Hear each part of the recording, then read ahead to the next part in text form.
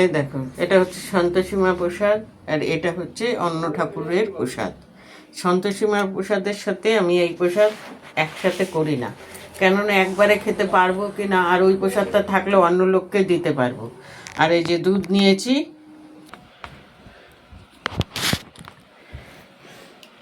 এই প্রসাদটা আলাদা রেখে দেবো, কাউকে ইচ্ছা করলে দিতে পারবো। আর সন্তোষীমার প্রসাদটা না কাউকে দিতে পারি না, ওই জন্য একসাথে করি না। ভাবছি প্রসাদটা খেয়ে দুধ বিস্কুট খাই, আজকে আর অন্য কিছু খাবো না। দুধ বিস্কুট খাই, খেয়ে যা হোক রান্না করি। অনেক বেলা হয়ে গেছে, 11:30 বাজে। আর পারি না গো বন্ধুরা, পারি না।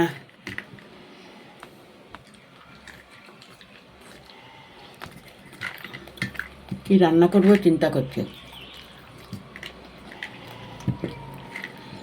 এখন যদি রান্না না করি জানো, রাতে আবার কি নিয়ে যাবো ওই একটা চিন্তা থাকে। তার চেয়ে ভাই এখনই করি।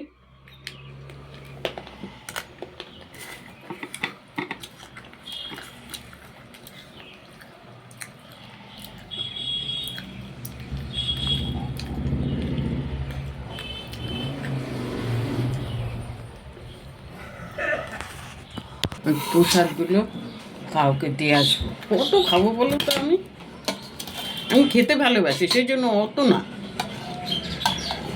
আরে এই এই এই এই আমি দুধের স্বর পেলে না আমি খুব খুশি হই জানো।